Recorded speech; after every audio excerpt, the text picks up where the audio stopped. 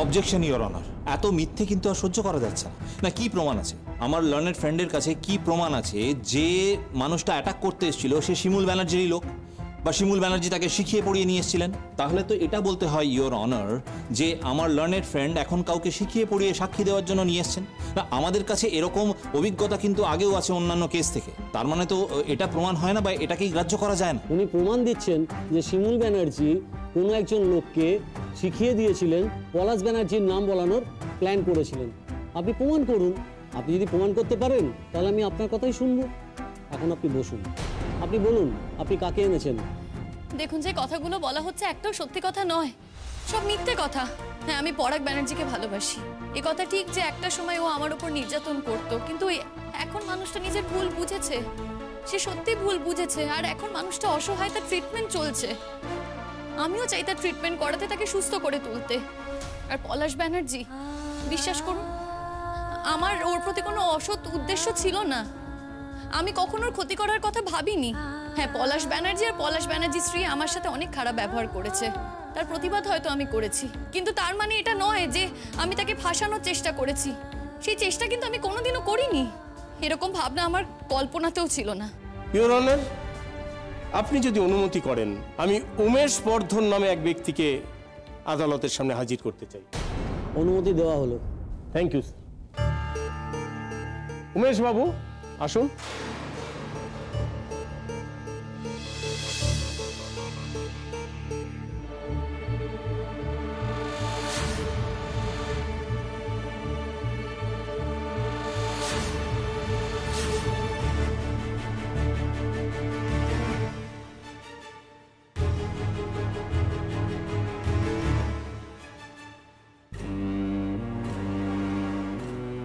বলুন, যা বলিব সত্য বলিব, সত্য বই মিথ্যে বলিব না।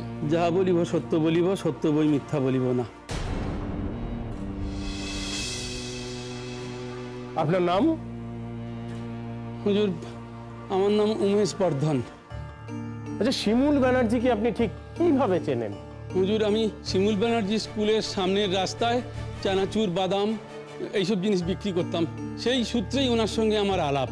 আমার বাড়িতে আমার স্ত্রী খুব অসুস্থ ছিলেন, সেই জন্য আমার অনেক টাকার দরকার ছিল।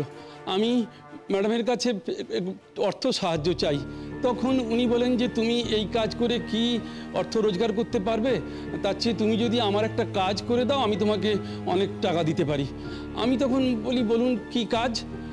তখন উনি বলেন যে আমি যখন সন্ধ্যেতে স্কুল থেকে স্টেশনের রাস্তায় ফিরবো তখন তুমি আমাকে অন্ধকারের মধ্যে অ্যাটাক করো। আমি বললাম, এটা কি কাজ ম্যাডাম? তখন উনি বললেন যে না, এটা একটা নাটকের রিহার্সেল, এটা করলে আমি তোমাকে টাকাটা দেবো। আমি আমার স্ত্রীকে খুব ভালোবাসি স্যার, ওর চিকিৎসার জন্য টাকাটা দরকার ছিল, সেই জন্য আমি রাজি হয়ে যাই। উনি আমাকে অ্যাডভান্স হিসেবে 15,000 টাকা দেন এবং বলেন যে এ কথা তুমি কাউকে কোনোদিন বলবে না। তারপর আমি কাজটা কমপ্লিট করার পর উনি আমাকে আরও 15,000 টাকা দেন, কিন্তু কাজটা করে আমি বুঝতে পারি যে আমি একটা ষড়যন্ত্রে জড়িয়ে পড়েছি। তখন আমি থানায় গিয়ে সব ঘটনাটা বলতে চাই, বলার জন্য আমি থানার ওখানে যাই, গিয়ে উকিল সাহেবের সঙ্গে আমার দেখা হয়। তখন আমি ওনাকে পুরো ঘটনাটা খুলে বলি। তখন উনি বলেন যে ঠিক আছে, তোমার কোনো ভয় নেই, তুমি অনিচ্ছাকৃতভাবে এই কাজটা করেছো, তোমার কিছু বিপদ হবে না, তুমি কোর্টে গিয়ে যেটা বলার সত্যি কথা বলো। আমি সত্যি কথা বলছি স্যার, আমি অনিচ্ছাকৃতভাবে করেছি এই কাজটা, আমি কোনো অপরাধ করিনি, আমাকে আপনি ক্ষমা করে দিন। আমি এখন 30,000 টাকা ম্যাডামকে ফেরত দিয়ে দিতে পারি, আমি না জেনে এই চক্রান্তে জড়িয়ে পড়েছি। ইওর অনার, আমি একেবারে জলজ্যান্ত প্রমাণ আপনার সামনে তুলে ধরলাম। আপনি নিজেই শুনলেন যে শিমুল ব্যানার্জি টাকার বিনিময়ে, টাকার লোভ দেখিয়ে একটা নাটক করে কিভাবে পলাশ ব্যানার্জিকে আশাবাদ চক্রান্ত করেছিল। কতখানি প্ল্যান থাকলে, দুরভিসন্ধি থাকলে এরকম একটা জঘন্য কাজ করা যায়। ইয়েস ইওর অনার, এই হচ্ছে শিমুল ব্যানার্জি।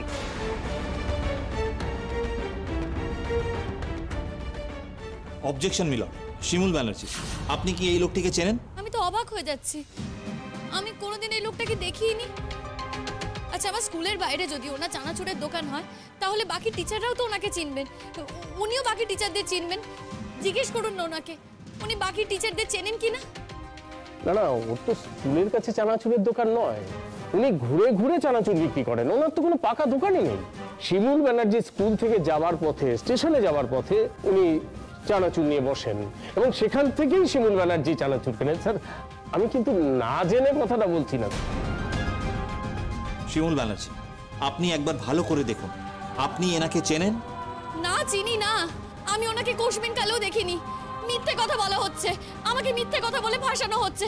দেখুন, যদি লড়াই করতে হয় সত্যের জন্য লড়াই করুন, সত্যের জন্য লড়াই করা উচিত আপনাদের।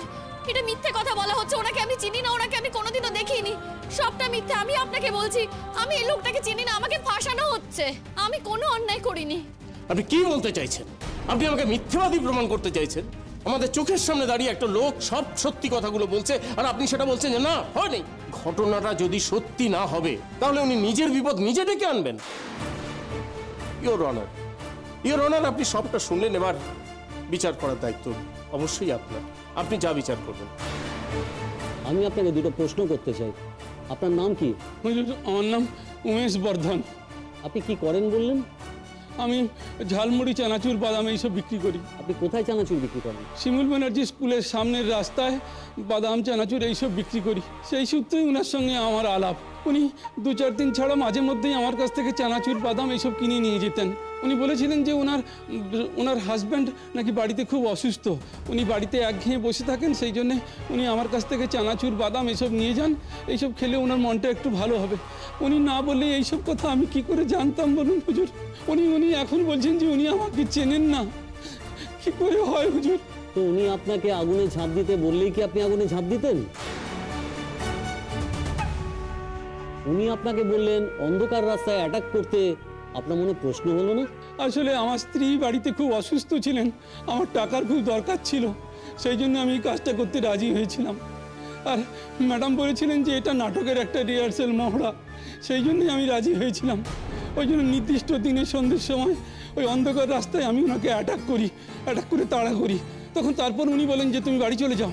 আমি যখন বাড়ি ফিরে যাচ্ছিলাম তখন পুলিশ আমার পিছনে ধাওয়া করে, আমি সোজা বাড়ি চলে যাই।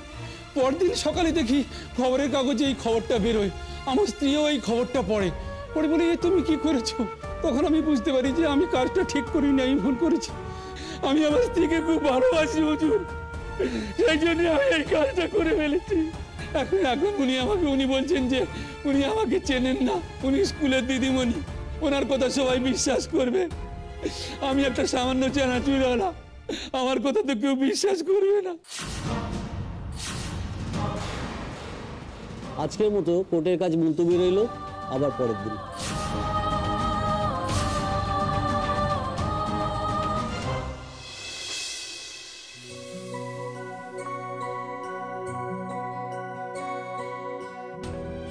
খাওনি কেন তুমি সারাদিন? কে বললো? কে বললো মানে? বাড়িতে এসে তো শুনলাম তুমি খাওনি। সবকিছু রান্না করে রাখা ছিল তাও খাওনি? আমি আমি খাইনি। আমার খেতে ভয় করে। খেতে ভয় করে মানে? আমি জানি না। কেন খেতে ভয় করে তোমার? আমি জানি না। খেতে ভয় করলে আমি কি করব? কি ভাবছো বলো তো তুমি? কিছু না। আজকে কোর্টে কি হলো? কি আবার হবে? একজন ফলস সাক্ষী এনেছিল, উনি বলছেন ওনাকে নাকি আমি টাকা দিয়ে বলেছিলাম আমাকে অ্যাটাক করার জন্য। মানে ওরাই জানে আমি কি বলি বলো। তারপর আর কি, রায় বেরোবে, আমার হয়তো জেলও হবে। আমি শুধু ভাবছি তোমার কথা, জানো তো, আমি যখন থাকবো না তোমাকে কে দেখবে? শিমুল, আমি তোমার কোনো উপকারেই আসছি না। আর তুমি ভাবছো যে তোমার যদি জেল হয় আমাকে কে দেখবে? আচ্ছা তুমি কি বা করতে বলো তো এই অসুস্থ শরীরে? ঠিক করে হাঁটা চলাই করতে পারো না। তুমি কি ওখানে কি বলতে, কি বা বলার ছিল তোমার? আর বাড়িতে আছো, ঠিকই আছো, জানো তো, আমিও চাই না তুমি বাইরে বেরো। বাইরে বেরোলে তোমার যদি আবার শরীর টরীর খারাপ করে।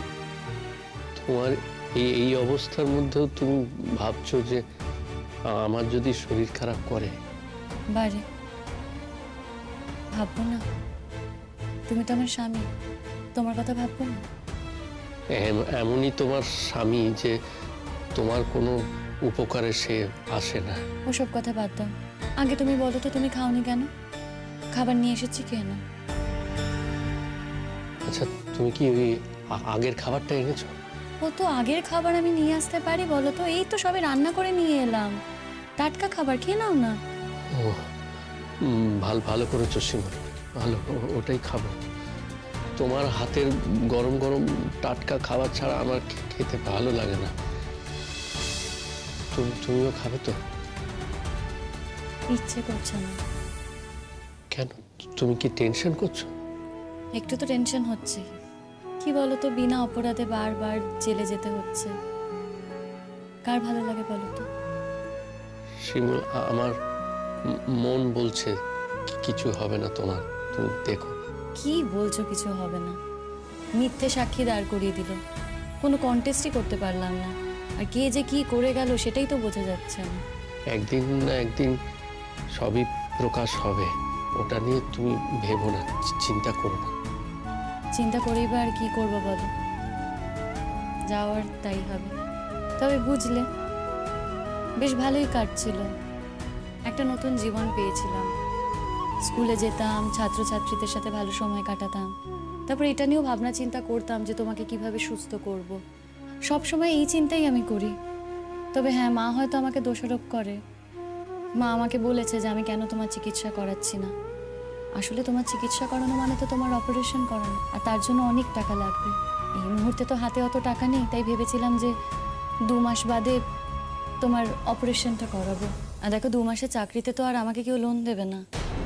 কার কাছে হাত পেতে টাকা চাইবো আমি? কে দেবে আমায়? কি করবো আর আমি?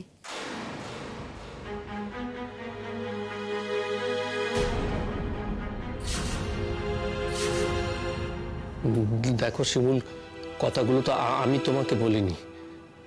মা যদি বলে থাকে, মা বলুক না, তাতে কি এসে যায়? বলি, কি ব্যাপার?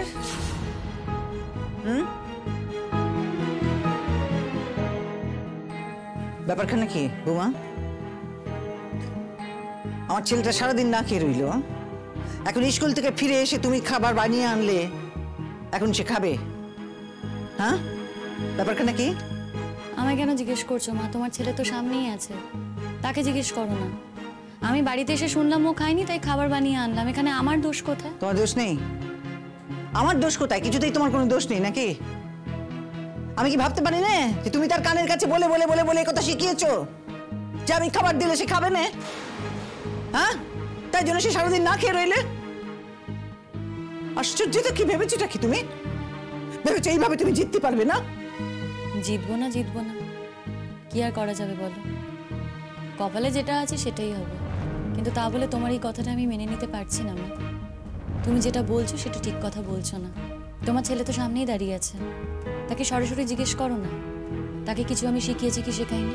সে তো আমাকে জানতেই হবে, আমি জানবো না? এই যে পরাগ, এই ঠিক করে বল দেখিনি, ঠিক করে বল, সত্যি করে বল, সারাটা দিন তুই খেলি না কেন? হ্যাঁ, কেন খেলি না? বলি আমার খিদে পায়নি মা, খাবার কথা ভাবলি আমার গা গুলোচ্ছে। তা এখন সে সমস্ত সব ভালো হয়ে গেল, তাই তো? আমি জেনে শুনেই খাইনি। বুঝলুম, তুমি যে জেনে শুনে খাওনি সে তো আমি বুঝতেই পেরেছি। তোমার বউ তোমাকে বলে গেছে যে সে এসে তোমাকে খাবার দেবে, তারপরে তুমি খাবে, তাই তো? হ্যাঁ, মজাটা কি জানো? আমি শুধু অবাক হয়ে দেখে যাচ্ছি যে সে আস্তে আস্তে তোমাকে কেমন মারতে চাইছে। এটা এত বড় ছেলে, তাকে দিনে 1টি বার খেতে দিচ্ছে, 1টি বার। হ্যাঁ, জানে একবার খেতে দিলেই সে ধীরে ধীরে একই তো রোগা হয়ে গেছো, আরো রোগা হয়ে দুর্বল হয়ে শরীর খারাপ হয়ে মৃত্যুর পথে এগিয়ে যাবে, জানে তো? তোমার কি হয়েছে বলো তো মা? এই শিমুলকে তুমি একটা সময় কত ভালোবাসতে, আর এখন শিমুলের প্রসঙ্গে এইসব কথা বলছো? ঠিক করে বলো তো, কে তোমাকে এরকম কান ভারী করেছে? তোমার ছোট বৌমা? দেখো, কেউ যদি সত্যি কথা চোখে আঙুল দিয়ে দেখিয়ে দেয়, তারপরেও আমি সেটা দেখতে পাবো না, এতটা মুখ্য বোধহয় আমি নই। কে তোমাকে চোখে আঙুল দিয়ে কি দেখিয়ে দিচ্ছে? হ্যাঁ, কোনটা সত্যি মা? শোনো পরাগ, পোষ্কের কথা হলো আমার স্বার্থ হলো আমার ছেলেরা, আমার ছেলেদের নিয়েই আমার স্বার্থ। আমি যদি তোমাকে জিজ্ঞাসা করি, তুমি তো এত কথা বলছো তার হয়ে, সে তোমার জন্য কি করেছে বলো দেখি? তোমার চাকরিটা করছে, সে বলেছিল তোমার ডাক্তার দেখাবে, চিকিৎসা করাবে, করেছে? ডাক্তার দেখাবে করে ফেলে রেখে দিয়েছে, আজ পর্যন্ত তোমার চিকিৎসা করেনি। আমি না করেছি। তুমি না করেছো মানে? হ্যাঁ, মানে আমি বলেছি আমি এখন চিকিৎসা করাবো না। মিথ্যে কথা কেন বলছো পরাগ? সত্যি কথা বলো, কথাটা তো এটা নয়। তোমার চিকিৎসা করানো মানে অপারেশন করানো, আর তার জন্য অনেক টাকা লাগবে, সেই টাকা এখন আমার হাতে নেই। আর তোমাকে তো বললাম আমি 2 মাস হলো স্কুলে চাকরি করছি, লোন আমি পাবো না। এই সত্যি কথাটা তুমি মাকে বলতে পারছো না? মাকে বলে কি হবে শিমুল? মা কি কথাগুলো বিশ্বাস করবে? বিশ্বাস করা না করাটা ওনার ধর্ম, আর সত্যি কথাটা বলা তোমার ধর্ম, বুঝলে? শেখাও শেখাও শেখাও, আরো আমার ছেলেটার কানের কাছে গিয়ে তাকে শিখিয়ে পড়িয়ে দাও। তোমার ভালোর জন্যই তো বলছি মা। তোমার ছেলে তোমাকে মিথ্যে কথা বলছিল, কারণ কোথাও একটা ওরও মনে হয়েছে যে তোমাকে এই কথাগুলো বললে তুমি হয়তো সোজাভাবে নেবে না, সোজাভাবে দেখবে না, তাই তোমাকে ও কথাগুলো বলছিল না। তাই ওকে বললাম যে মাকে সবসময় সত্যি কথা বলতে হয়। সেটাও বুঝি আমার ভুল বলো? বলি তোমার সঙ্গে কোনো আজাইরা তর্ক করতে আমি এখানে আসিনি, আমি শুধু জানতে এসেছিলাম যে আমার ছেলেটা খায় নে কেন। মা, তুমি বারবার একই কথা আমাকে কেন জিজ্ঞেস করছো? তোমার ছেলে তো সামনে আছে, তাকে জিজ্ঞেস করো না। মা, শিমুল না থাকলে আমি খাবো না।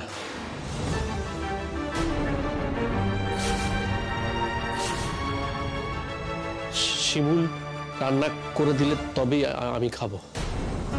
ও কি কথা পড়া? শিমুল না দিলে তুই খাবি না? বৌমা সবসময় তোকে খাবার দিতে পারবে? বলি বৌমা যদি তোকে কখনো খেতে না দেয়, তুই না খেয়ে থাকবি? না না, ওই তো আমি শুনলুম কোর্টে কি সব হয়েছে, কি সব সাক্ষী পাক্ষী দিয়েছে কে নাকি কেউ। এরপর যদি ওই বিচার টিচার হয়ে কোনো মতে বৌমাকে যদি জেলে যেতে হয়, কি করবি তখন? তুই না খেয়ে থাকবি, সারাদিন রাত না খেয়ে থাকবি? জেলে চলে যাবে কি যাবে না সেটা পরে জানা যাবে। এখনো তো কেস চলছে, এখনো তো রায় বেরোয়নি। আর ও যদি জেলে চলে যায় তাহলে যাবে, কিন্তু যতদিন শিমুল এখানে আছে ততদিন আমি শিমুলের হাতে ছাড়া খাবো না। বারে বারে বারে বারে বা, শিমুলের হাতে ছাড়া তুমি খাবে না? বলি মা এত পর হয়ে গেল আজ। তা কেন? আসলে তোমার তো কিছু করার নেই, তাই আমি তো তোমার হাতেও খাবো না। আমি বুঝিনি সমস্ত কথা আমি বুঝিনি। আমি বুঝতে পারলুম নে যে তুমি কেন এই কথা বলছো। এর মানে কি? মা, প্রতীক্ষা তো এখন তোমার সঙ্গে রান্নাটা করে।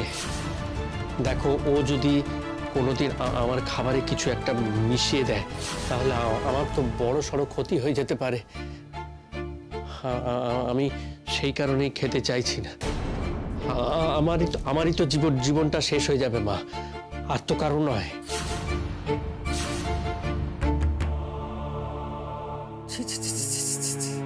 বলিও কি কথা?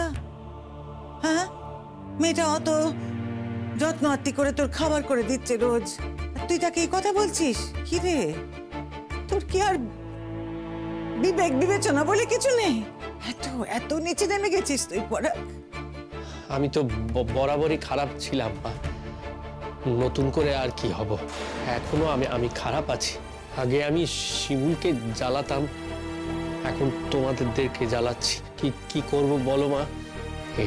এটাই আমার স্বভাব। তোমার স্বভাব নয়, ওই সমস্ত কিছু তোমার স্বভাব নয়। শিখিয়েছে তোমায় বৌমা, এই সমস্ত তোমায় পই পই করে শিখিয়েছে। আমি জানি বৌমা তোমায় শিখিয়েছে যে প্রতীক্ষার হাতে খাবে নে, আমার হাতে খাবে নে, তাই তো? বুঝতে পারলেই মঙ্গল। প্রতীক্ষাকে আমি ভয় পাই মা, সত্যিই ভয় পাই। এর আগেও তো এরকম ঘটনাও ঘটিয়েছে। হ্যাঁ, আজকে আমি রান্না করে দিয়ে যাই ঠিকই, কিন্তু পরাগ তো মাঝে মধ্যে ঘুমিয়ে পড়ে। আর সেই সময়ে যে ওর খাবারে কেউ কিছু মিশিয়ে দেবে না, প্রতীক্ষা যে কিছু মেশাবে না, তার কি গ্যারেন্টি আছে বলো তো? যদি কোনো ক্ষতি হয় না, পরাগেরই ক্ষতি হবে, যেই ক্ষতিটা অপূরণীয়। সেই ক্ষতিটা আমারও হবে মা, আর এই ঝুঁকিটা না আমি নিতে চাই না। আর পরাগও নিশ্চয়ই কিছু আন্দাজ করে, সেই কারণে ওর হাতে খেতে ভয় পায়, তাই ও ঝুঁকিটার মধ্যে ঢুকতে চাইছে না। তবে হ্যাঁ, তুমি যদি বলো তুমি নিজের হাতে রান্না করে দেবে, টাটকা খাবার তুমি তোমার ছেলের ঘরে নিয়ে আসবে, নিজের হাতে খাওয়াবে, তাহলে তোমার ছেলে নিশ্চয়ই খাবে। কিন্তু তুমি কি সেই দায়িত্ব নেবে? বলো, নেবে কি? আগে হলে হয়তো নিতে, কিন্তু এখন তুমি সেই দায়িত্ব নেবে না, কারণ তোমাকে এখন প্রমাণ করতেই হবে যে প্রতীক্ষা খুব ভালো মেয়ে। সে কখনো কারোর ক্ষতি করতে চায় না, সে কখনো তোমার ছেলের ক্ষতি করবে না, এটা প্রমাণ তো তোমায় করতেই হবে, তাই না? কি হলো বলো, উত্তর দিচ্ছ না কেন? চুপ করে আছো কেন? বলো বলো। নিজের সর্বনাশটা নিজে করেছো, এখন আমার ছেলের সর্বনাশ করতে যেও না একেবারে। আমি কিন্তু তাহলে রুখে দাঁড়াবো বলে দিলুম বৌমা। কি কি কি বলছো তুমি মা? হ্যাঁ, শিমুল আমার সর্বনাশ করবে? শিমুল, শোনো মা, এই বাড়িতে আমার সর্বনাশ করার অন্য লোক আছে। আমার ভাই আছে, ভাইয়ের বউ আছে। সেই তো নিজের ভাইকে জেলে পাঠাবার ব্যবস্থা করছে তোর বউ, আর সে কথা জানার পরেও তুই, হায় রে পরাগ, পারবি পারবি, আর অনেক অনেক কিছু জানতে পারবি। হলেও কি কথা, পুলিশ নাকি মিথ্যে কথা বলবে, কোর্ট মিথ্যে কথা বলবে, সত্যিটা কে বলবে রে? শুধু তুই সত্যি কথা বলবি আর তোর বউ সত্যি কথা বলবে, এই তো তোর ধারণা নাকি? দেখো, এটা তোর বদ্ধমূল ধারণা, সেটা তুমি কোনোভাবেই পাল্টাতে পারবে না। তোমার যেমন বদ্ধমূল ধারণা প্রতীক্ষা খুব ভালো মেয়ে, আমি খারাপ মেয়ে, সেটা যেমন কোনোভাবেই পাল্টাতে পারছি না। আজকে যতই আমি আর তোমার ছেলে বলি না কেন প্রতীক্ষা খারাপ, সেটা তো তুমি বিশ্বাস করবে না। যদিও বা আগে তুমি সেটা মানতে না, কিন্তু এখন তুমি সেটাই মানো। আর প্রতীক্ষা বলা যে শুধু আমার ক্ষতি করার চেষ্টা করছে তা কিন্তু নয় মা, তোমার ছেলেরও ক্ষতি করার চেষ্টা করছে। আজকে ওরা পুরো বাড়িটা চায়, পুরো বাড়ির অংশ চায়, সেখান থেকেই না ওরা এই নোংরামোতে নেমেছে।